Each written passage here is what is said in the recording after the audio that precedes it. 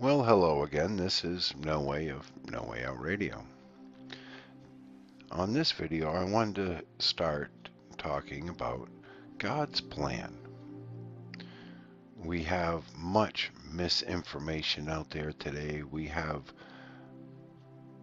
lots of churches that do not answer these questions because answering these questions will show the people the truth of what the church really doesn't want them to know. So we start at the beginning. The Bible was clear. In the beginning, God created the heavens and the earth. Now, once God created this beautiful Garden of Eden, this utopia here upon this earth, there were only two people. There was Adam and there was Eve. Now, where free will comes in to play in all of this, one thing God does is everything you do, you have the choice. Now, when it comes to God and Satan, through the beast system will intervene in ways that you won't see, you won't know. You're not possessed by the devil, but you have accepted the beast system to where people can manipulate you.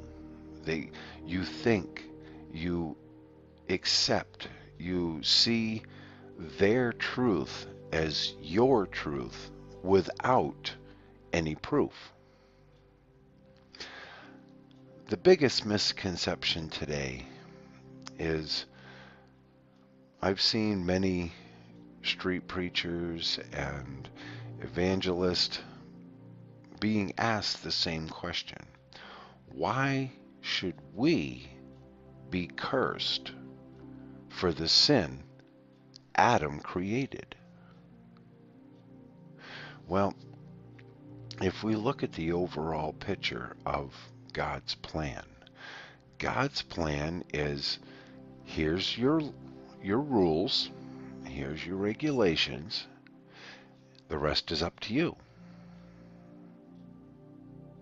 You are faced with choices in your life. Your life will play out according to your choices. God cannot openly intervene, because if he does, then you are not willfully coming to God and following God of your own free will. God is manipulating you into following him. And that doesn't work. Now for Satan, the beast system that's out there, the evil that lives within people's hearts, this is what they hold dear.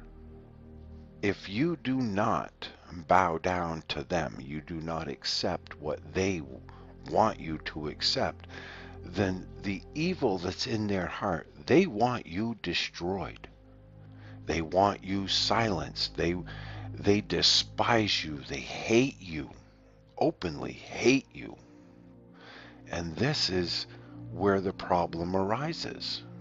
Many people today, many evangelists and churches, they don't explain exactly what went on with Adam and Eve.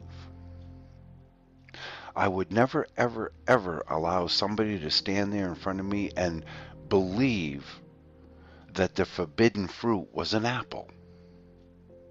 Nowhere in the Bible does it say that it was an apple. So that's a falsehood that needs to be corrected.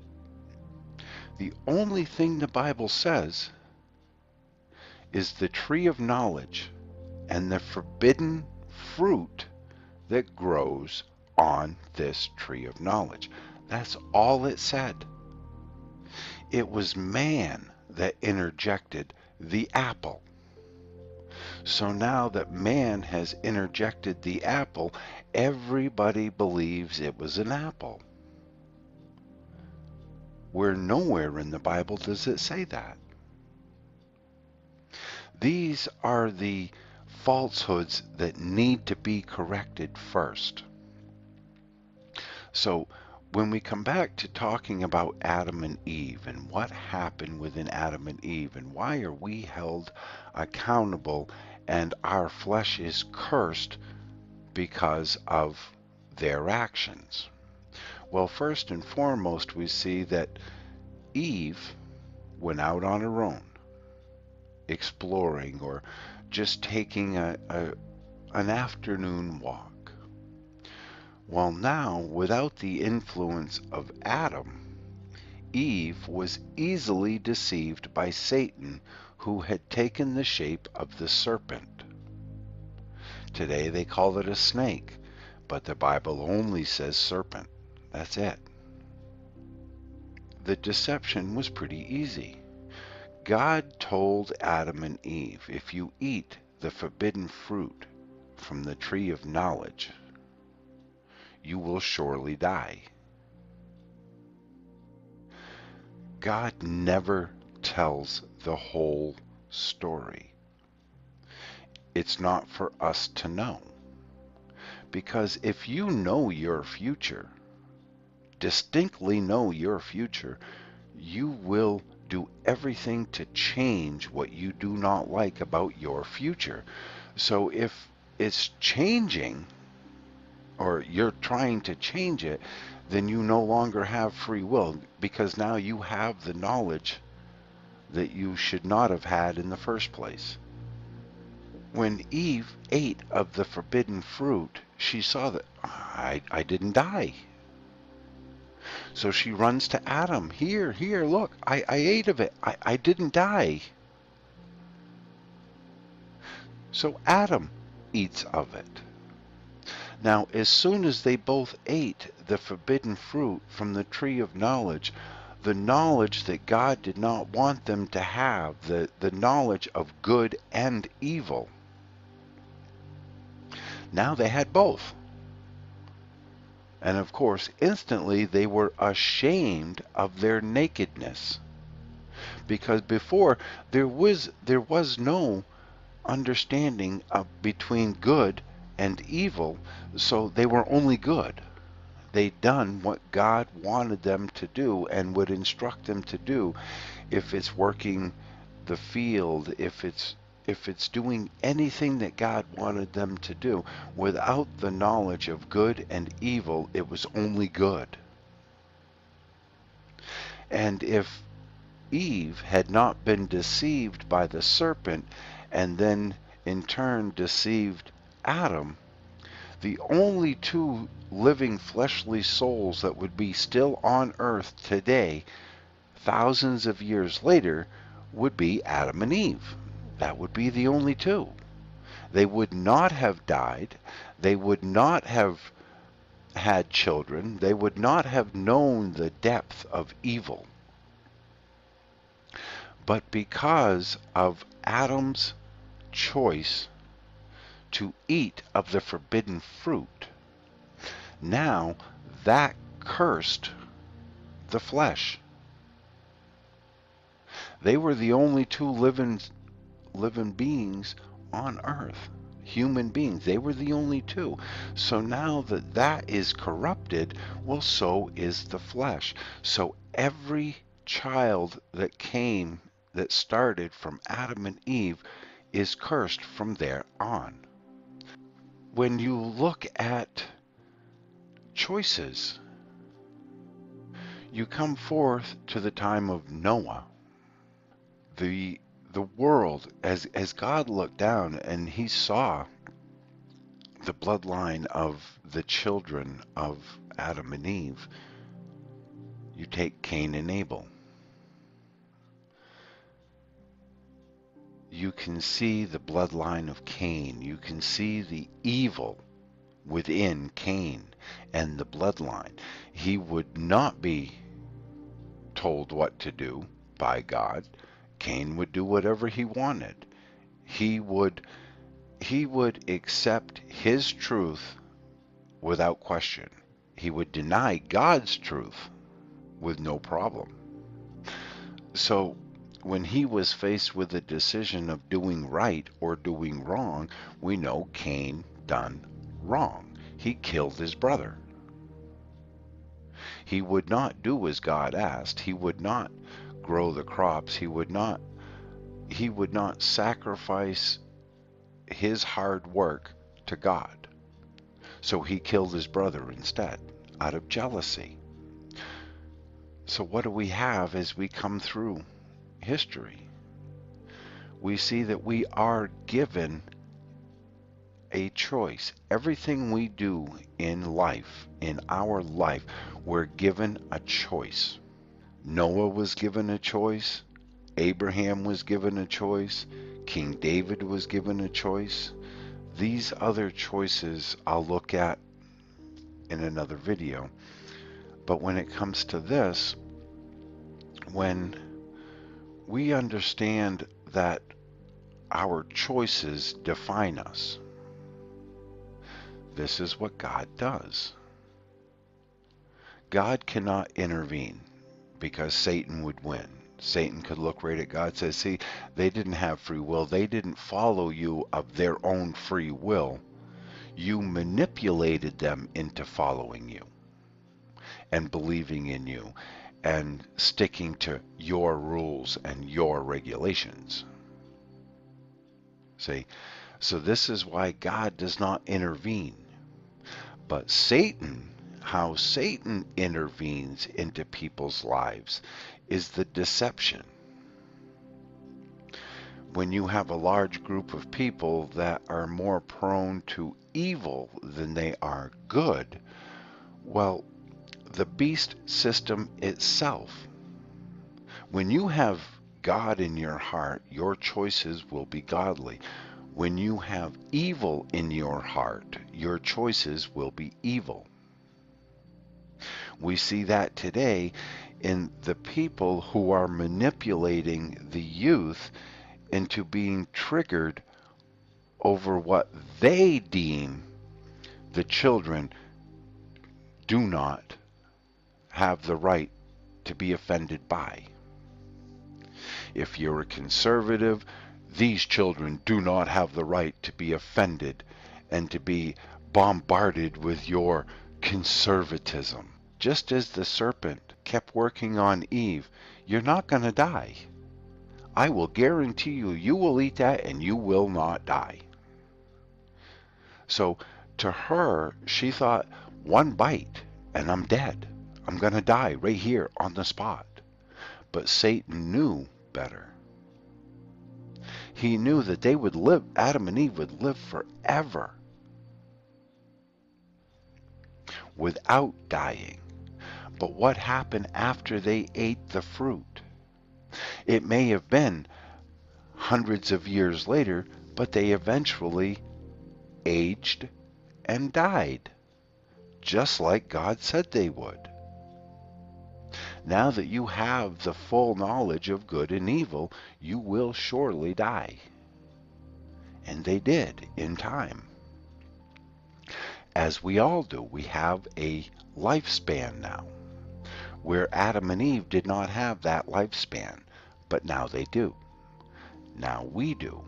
And this is where we are to be taught by the church to make those right choices. But what has happened in our society of today was so much evil in people's hearts and was so much deceit in people's minds. They will deceive the masses for their own personal gain. If it's the church, if it's the government, if it's certain family members, beast system, the evil, the darkness that is in people's hearts, they have no guilt. They have self-gratification instead of guilt. They are happy and proud of themselves when they can destroy somebody that they don't like, when they can silence somebody that says things that they don't agree with, because their masters tell them what to believe, how to believe. and they blindly follow the serpent. So in their minds, we can't say that they're controlled by Satan, because in their minds, they're just being themselves and they're being free individuals, and they don't understand that they don't have that freedom of thought, because it is being dictated by a system that gives them the illusion of greatness, of fame and fortune. Look at the rich people out there. Look at the rich Hollywood people out there today. They really think that they can take this money with them. They really think that that fame and that fortune is what makes them godly. So because of that egotistical mentality that is now part of them, the choices they make in life are wrong, because it is not a choice to better themselves or better society as a whole. It is a choice to manipulate the weak minds of those willing to listen. People today, look at the people today that hate Tom Brady only because he's a winner. They hate him because he's a winner. They fully believe that it is somebody else's turn. So if we take that into perspective of today's society, then that means Donald Trump needs to quit because he's winning too much. The Democrats need to all quit because they are winning through manipulation and lies. It's somebody else's turn. Sports teams. What is a sports team? It's a form of idolatry. You idolize an overpaid, egotistical sports player. That's it. They have no self-worth to give to society. They can only destroy society through their whining, their crying. Oh, look at me, I'm great. When you look at a sports team, the Patriots are winning not because of Tom Brady. They're winning because they are a team, a unit that works together for the betterment of the whole. That's why they win. That's why they continue to break records. But look at society today. That's not fair.